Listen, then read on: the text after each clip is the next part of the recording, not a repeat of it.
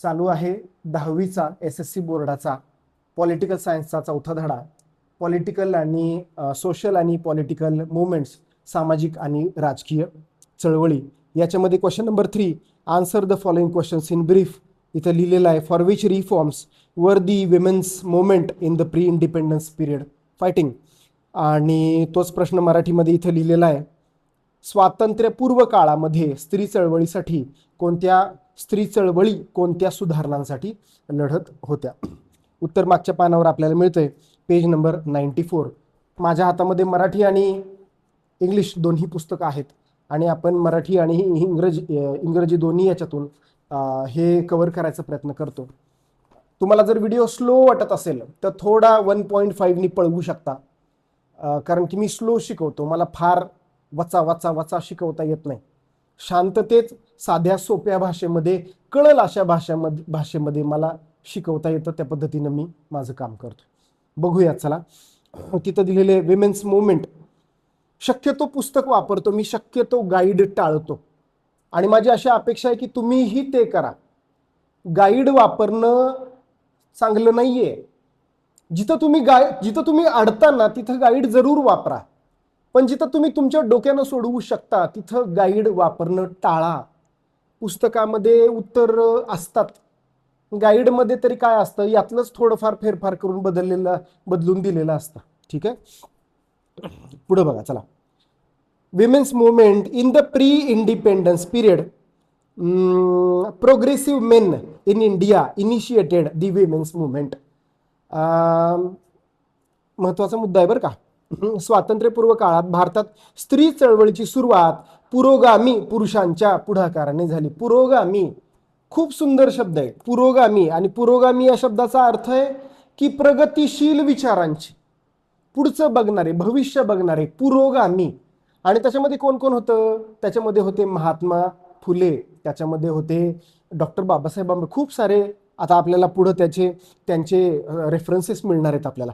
तर त्यांच्या पुढाकारानं हे सुरू झालं. म्हणजे त्या काळामध्ये बायकांना चूल आणि मूल, म्हणजे बायकांना शब्दभर बोलण्याची सुद्धा परमिशन नव्हती. ती घुंगट होती, काय म्हणतात त्याला, पडदा पद्धत होती, डोक्यावरचा पदर हलू द्यायचा नाही, अशी ती पद्धत होती. मुलींना शिक्षण अलाउड नव्हतं, मुलींनी शिकायचं नाही, अशी ती पद्धत होती. त्या काळामध्ये बायकांना पुढे येणं शक्यच नव्हतं. मग त्यामुळं त्यावेळी काही जे पुरोगामी हे जे नेते आहेत, पुरोगामी विचारवंत आहेत, त्यांना हे कळलं की अरे बायकांचा सुद्धा आपण सहभाग घेतला पाहिजे. त्या सुद्धा बुद्धिमान आहेत, त्या सुद्धा कर्तृत्ववान आहेत, त्यांचा सुद्धा खूप मोठा रोल असणार आहे याच्यामध्ये. आणि ते पुढे प्रूव्ह पण झालं. बघा चला. The women's movement aimed at eliminating injustice against women and ending their exploitation, helped them to lead a respectful life and participate actively in social life. मी मराठीतून वाचतो, सोपंच आहे, काही याच्यामध्ये अवघड नाहीये. स्त्रियांवर होणारा अन्याय, इनजस्टिस म्हणजे अन्याय,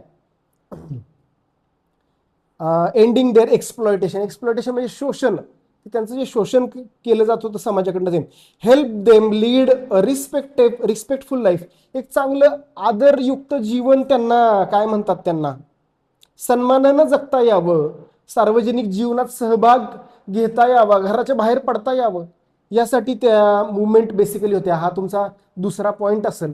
पहिला पॉईंट तुम्हाला तो लिहायचा आहे की प्रोग्रेसिव्ह मेनच्या मदतीनं त्यांनी हे केलं. हे पॉईंट्स इथंच सापडत आहेत बघा आपल्याला. त्याच्यानंतर बघा, ईश्वरचंद्र विद्यासागर, आपल्याला नाव माहिती आहे, ऐकून त्यांचा इतिहास पण आपण ऐकलेला आहे. ही नावं तुमचा तिसरा पॉइंट असेल. ईश्वरचंद्र विद्यासागर, राजाराम मोहन रॉय, हे जरा थोडं चुकीचं होतं, राजा राम मोहन रॉय हे करेक्ट नाव आहे. महात्मा ज्योतिराव फुले, सावित्रीबाई फुले. आता हे जे प्रोग्रेसिव्ह मेन होते ते कोण होते बघा, हे ईश्वरचंद्र विद्यासागर, राजा राम मोहन रॉय आणि महात्मा फुले हे त्याच्यामध्ये होते. त्याच्यामध्ये हे पण होते महर्षी धोंडो केशव कर्वेंना आपण कसं काय विसरू शकतो, ते पण त्याच्यामध्ये होते. आणि सावित्रीबाई फुले, हे बघा ते नाव आहेच ना त्यांचं, महर्षी धोंडो केशव कर्वे. पंडिता रमाबाई रानडे टूक इनिशिएटिव्ह, त्यांनी पुढाकार घेतला, इनिशिएटिव्ह घेतलं. In ending the practice of sati. पुढाकार घेतला. मग ह्याच्यामध्ये दोन तीन पुरुषांची नावं लक्षात ठेवा, 2-3 स्त्रियांची नावं लक्षात ठेवा. एक पॉईंट आपला त्या ठिकाणी कव्हर होतो.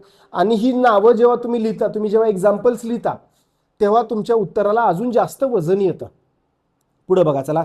सती प्रथा होती. सती म्हणजे माहिती ना, थोडक्यात सांगतो, नवरा मेल्यानंतर त्याच्या चितेसोबत त्याच्या बायकोला सुद्धा जिवंत जाळत होता आपला समाज. अत्यंत महान समाज, जिवंत बाईला जाळत होता तो समाज.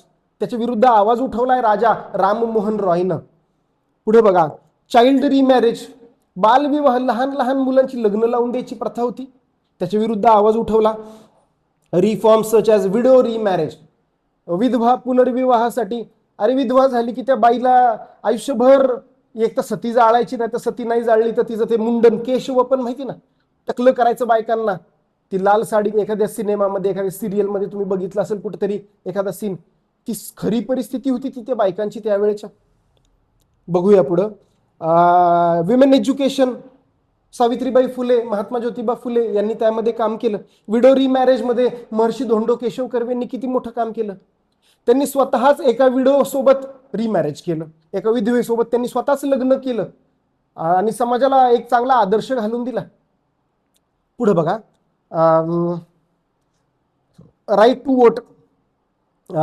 Vote to women were possible due to the work of these reformists. म्हणजे महिलांना मतदानाचा अधिकार. आता सगळ्या महिलांना मतदानाचा अधिकार सुद्धा नव्हता, ठराविक महिलांनाच होता. म्हणजे ज्या महिलांच्या नावावर जमीन आहे, किंवा ज्या महिला शिकलेल्या आहेत, किंवा ज्या महिलांच्या नावावर संपत्ती आहे, त्यांनाच फक्त त्यांनाच फक्त मतदानाचा अधिकार होता.